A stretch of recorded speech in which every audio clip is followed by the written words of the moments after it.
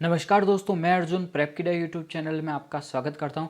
दोस्तों, आज के वीडियो में हम बात करने वाले हैं सेट एग्जाम के बारे में, जो राजस्थान में अभी लागू होने वाला है, समान पात्रता परीक्षा। और इसके लेकर दोस्तों आपके जो भी डाउट है वो सारे डाउट इस वीडियो में क्लियर होने वाले हैं। तो दोस्तों, ये जानने के लिए वीडियो में लास्ट तक बने रहिएगा। और आपने अभी तक इस चैनल को सब्सक्राइब नहीं किया है तो प्लीज़ सब्सक्राइब कर ले, ताकि इसी तरीके आगे आपको आने वाले वीडियो की जानकारी मिलती रहेगी। तो चलिए दोस्तों, वीडियो की शुरुआत करते हैं। दोस्तों, ये जो नोटिफिकेशन है वो राजस्थान सरकार कार्मिक विभाग द्वारा लागू किया गया है, और इसमें बताया गया है कि अब राजस्थान में जो है सेट परीक्षा जो है वो लागू होगी। अब बात करें कि विभिन्न भर्ती के लिए अलग अलग आवेदन किए जाते थे बार बार, तो उन सभी आवेदनों को नॉन टेक्निकल पोस्ट जितनी भी हैं उन सभी के लिए एक पात्रता परीक्षा का आयोजन किया जा रहा है। यानी कि जो गैर तकनीकी जो पोस्ट हैं उनके लिए ये एग्ज़ाम आयोजित किया जा रहा है कि विभिन्न पदों की भर्ती के लिए बार बार आवेदन करने में, परीक्षा में सम्मिलित होने, उनके आवेदन शुल्क, परीक्षा हेतु यात्रा तथा सारे जो उनका समय, सारा अलग अलग प्रोसेस होता है। तो उन सभी को नॉन टेक्निकल जितनी भी पोस्ट हैं उन सभी के लिए एक पात्रता परीक्षा सेट आयोजित करने का निर्णय लिया गया है राजस्थान सरकार द्वारा, कि अब राजस्थान में है जो नॉन टेक्निकल पोस्ट है उन सभी के लिए एक परीक्षा सेट का आयोजन किया जाएगा। और दोस्तों, इस एग्ज़ाम के लिए क्या क्या निर्देश दिए गए हैं, तो सबसे पहले बात करें तो गैर तकनीक पोस्ट जो है उन सभी के लिए 2 एग्ज़ाम होंगे, एग्ज़ाम फर्स्ट और एग्ज़ाम सेकंड। और आपको इस परीक्षा में शामिल होने के लिए समान पात्रता परीक्षा में भाग लेना अनिवार्य होगा। आप जो नॉन टेक्निकल पोस्ट है उन सभी में अगर आप उन वैकेंसी की तैयारी कर रहे हैं तो आपको जो है सेट एग्ज़ाम देना अनिवार्य होगा। अगर आप सेट एग्ज़ाम नहीं देते हैं तो नेक्स्ट जो वैकेंसी का फॉर्म होगा उसमें आप फॉर्म अप्लाई नहीं कर पाएंगे। तो आपको जो है सेट एग्ज़ाम देना अनिवार्य होगा। और सेट एग्ज़ाम के जो मार्क्स आएंगे उन मार्क्स के आधार पर आप प्रतियोगिता परीक्षा में भाग लेने हेतु पात्र माने जाएंगे। मतलब सीटेट के जैसे सीटेट एक केवल पात्रता परीक्षा है, उसी के आधार पर आगे जो अन्य वैकेंसी के फॉर्म अप्लाई करते हैं उसी की तरह सेट एग्ज़ाम को क्लियर करना होगा, और उसके बाद में कोई भी वैकेंसी में हम फॉर्म अप्लाई कर सकते हैं। पॉइंट नंबर 2 की बात करें तो स्नातक एवं उच्च माध्यमिक शैक्षणिक योग्यता के आधार पर अनुसूची फर्स्ट और सेकंड दोनों में अलग अलग पदों के लिए समान पात्रता परीक्षा आयोजित की जाएगी, कि ग्रेजुएशन लेवल के लिए अलग पात्रता परीक्षा होगी और जो 12th पास हैं उनके लिए अलग होगी। तो एक डाउट आपका क्लियर होगा, क्या 12th पास भी सेट का एग्ज़ाम दे सकते हैं? तो बिल्कुल 12th पास वाले भी सेट का एग्ज़ाम दे सकते हैं, और अगर आप ग्रेजुएट हैं तो आप भी दे सकते हैं। दोनों पेपर अलग अलग होंगे। अब दोस्तों, ग्रेजुएट वालों के लिए कौन सी वैकेंसी है और 12th पास वालों के लिए कौन सी वैकेंसी है, तो मैं आपको बताऊंगा कि दोनों जो पेपर होंगे उसमें कौन कौन सी वैकेंसी होगी। तो ये दोस्तों शेड्यूल फर्स्ट है जो सेट एग्ज़ाम ग्रेजुएशन लेवल के लिए है, जो ग्रेजुएशन लेवल में अपना फॉर्म अप्लाई कर सकते हैं। तो उनके लिए कौन कौन सी वैकेंसी होगी, तो जिलाधर junior accountant, TRA tax assistant, district industries officer, manager industries state industries inspector, supervisor women empowerment, supervisor, coordinator training, coordinator supervision, deputy jailer, assistant jailer, patwari, village development officer. दोस्तों, village development officer, Gram Sevak और पटवारी अब graduation level की हो गई है vacancy. अगर आपका graduation है तो आप पटवारी और विलेज डेवलपमेंट यानी ग्राम सेवक में अपना फॉर्म अप्लाई कर सकते हैं। हॉस्टल सुपरिटेंडेंट ग्रेड सेकंड, तो ये सारी जो वैकेंसी हैं, कितनी 12 वैकेंसी हैं। 12 वैकेंसी ग्रेजुएशन लेवल की हैं, और शेड्यूल सेकंड जो है उसमें भी 8 वैकेंसी है, जो शेड्यूल सेकंड के लिए जो जिनका 12th पास है वो इसमें फॉर्म अप्लाई कर सकते हैं। तो दोस्तों बताऊंगा कि शेड्यूल सेकंड में जो है कौन कौन सी वैकेंसी है। ये हैं दोस्तों शेड्यूल सेकंड, जो किनके लिए है, सीनियर सेकेंडरी लेवल जिनका 12th पास है वो ये शेड्यूल सेकंड में अपना फॉर्म अप्लाई कर सकते हैं। और उनके लिए कौन कौन सी वैकेंसी होगी, तो लेबोरेटरी इंचार्ज यानी कि लैब असिस्टेंट, फॉरेस्टर फॉरेस्ट विभाग की, हॉस्टल सुपरिटेंडेंट हॉस्टल की जो सुपरिटेंडेंट होगा उसमें आप फॉर्म भर सकते हैं, clerk grade second, junior assistant, clerk grade second, LDC और जमादार ग्रेड सेकंड। तो दोस्तों इनमें जो है आप फॉर्म अप्लाई कर सकते हैं जिनका 12th पास है, और जो ग्रेजुएशन लेवल का है तो वो पटवारी, ग्राम सेवक, उन सब में वो अपना फॉर्म अप्लाई कर सकते हैं। तो दोस्तों ये शेड्यूल फर्स्ट और शेड्यूल सेकंड था कि आप किस में अपना फॉर्म अप्लाई कर सकते हैं। सेट एग्ज़ाम है जो 2 भागों में होगा, एक 12th पास वालों के लिए होगा और एक ग्रेजुएशन लेवल के लिए होगा।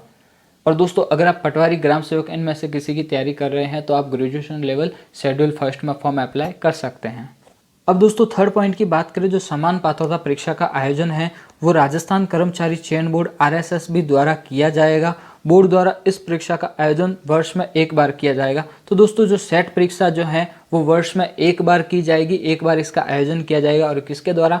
राजस्थान कर्मचारी चयन बोर्ड द्वारा इसका आयोजन किया जाएगा वर्ष में एक बार।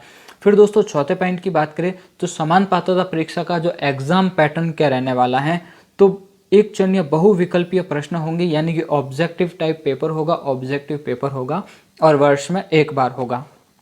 फिर दोस्तों इस मुख्य पॉइंट की बात करें तो कर्मचारी चयन बोर्ड द्वारा सेट आयोजन, आपने सेट एग्जाम दे दिया तो उसके बाद में आपके जो अंक हैं वो सार्वजनिक कर दिए जाएंगे, आपके जो मार्क्स हैं वो सार्वजनिक कर दिए जाएंगे और इस परीक्षा है तो कोई भी न्यूनतम उत्तीर्णांक नहीं होंगे।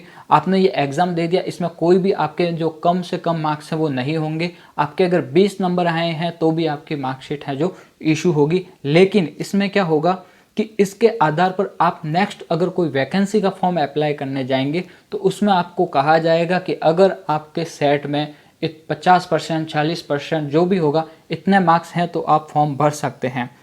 इस परीक्षा में अंकों के आधार पर अभ्यर्थियों से आवेदन पत्र आमंत्रित किए जाएंगे, यानी कि सेट एग्जाम में आपके न्यूनतम मार्क्स कितने भी हो, लेकिन आप अगर कोई वैकेंसी का फॉर्म अप्लाई करेंगे तो आपसे कहा जाएगा कि आपके इतने % मार्क्स हैं तो आप इस फॉर्म को भर सकते हैं।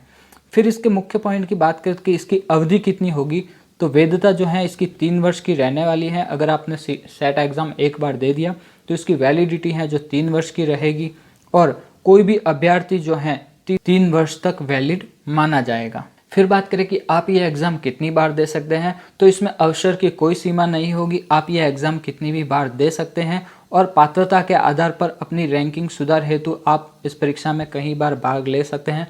अगर आपके पहली बार मार्क्स कम है तो आप दूसरी बार वापस फॉर्म भर सकते हैं और अपने अंक में सुधार कर सकते हैं और आपके जिस समय जिस पात्रता परीक्षा में ज़्यादा मार्क्स होंगे वो काउंट होंगे, यानी कि आपके जिस अवसर में अधिक अंक अर्जित होंगे वह पात्रता हेतु गिना जाएगा। तो दोस्तों इसमें मुख्य रूप से बात क्लियर हो गई कि पात्रता अवधि है जो 3 वर्ष की होने वाली है और आपके अगर पहले बार मार्क्स कम है तो दूसरी बार वापस एग्जाम दे सकते हैं और जो पात्रता परीक्षा में ज़्यादा मार्क्स होंगे वो काउंट होंगे।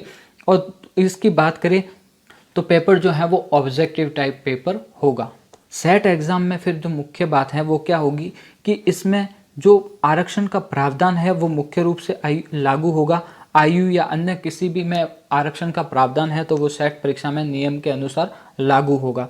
फिर इसमें बात करें कि सामान्य पात्रता परीक्षा में केवल एक पात्रता परीक्षा है और आपको सेट एग्जाम में आपके जो मार्क्स होंगे उस मार्क्स के आधार पर आपको किसी भी भर्ती में शामिल नहीं किया जाएगा, क्योंकि ये केवल एक क्या है पात्रता परीक्षा है, ना कि वैकेंसी की परीक्षा है। ये केवल क्या है एक पात्रता परीक्षा होगी ताकि आप जो वैकेंसी का फॉर्म आएंगे उसमें आप अपना फॉर्म अप्लाई कर सकोगे। आपको इसके आधार पर किसी भी गणना में शामिल नहीं किया जाएगा, उसके लिए आपको एक दूसरा फॉर्म अप्लाई करना होगा और उसके तहत उस एग्जाम के तहत आपको आगे परीक्षा में गिना जाएगा। इस जो अभी आपने 20 वैकेंसी देखी, शेड्यूल फर्स्ट, शेड्यूल सेकंड, जो वैकेंसी आएगी उस वैकेंसी में फॉर्म अप्लाई आपको करना होगा और उसमें जो आपके मार्क्स होंगे वो मान्य होंगे, वो वैलिड होंगे।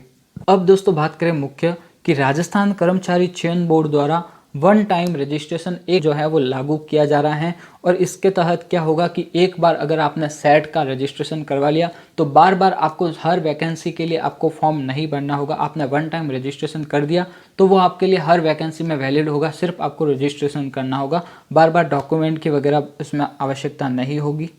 तो इससे बेनिफिट ये है कि आपको एक बार रजिस्ट्रेशन हो गया तो आप किसी भी एग्ज़ाम के लिए आपको बार बार जो है उसमें फॉर्म और सारे डॉक्यूमेंट जो है नहीं लगाने होंगे। आपका वन टाइम रजिस्ट्रेशन हो जाएगा तो उसमें सब कुछ सम्मिलित, सब कुछ आपका उसमें आ जाएगा।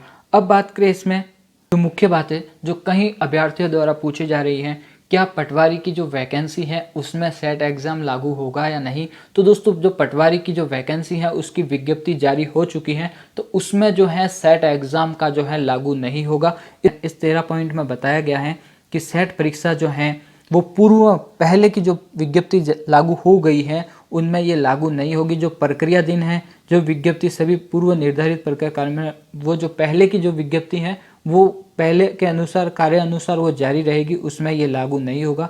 अब नए तरीके से नए सिरे से अगर कोई वैकेंसी आएगी तो उसमें ये जो है सेट एग्ज़ाम जो है लागू होगा। तो दोस्तों ये थी सेट एग्ज़ाम की मुख्य जानकारी कि सेट एग्ज़ाम जो है वो वर्ष में एक बार आयोजित किया जाएगा। सेट एग्ज़ाम की अवधि जो होगी वो 3 वर्ष की होगी और सेट एग्ज़ाम जो है वो राजस्थान कर्मचारी चयन बोर्ड RSSB द्वारा करवाया जाएगा और वन टाइम रजिस्ट्रेशन भी शुरुआत होने वाला है। और बात करें कि आप सेट एग्ज़ाम जो केवल है एक पात्रता परीक्षा है, ना कि इसके अंक वैलिड होंगे। अब दोस्तों बात करते हैं, मुख्य बात है कि सेट एग्ज़ाम जो है उसका सिलेबस क्या रहने वाला है। तो अभी तक दोस्तों शेड्यूल फर्स्ट और शेड्यूल सेकंड दोनों के लिए सिलेबस कोई जारी नहीं हुआ है। जैसे ही सिलेबस जारी होता है तो दोस्तों मैं आपके लिए एक सिलेबस का पूरा वीडियो लेकर आऊँगा। और दोस्तों वीडियो पसंद आए तो चैनल को सब्सक्राइब जरूर करना, लाइक ज़रूर करना। थैंक यू दोस्तों।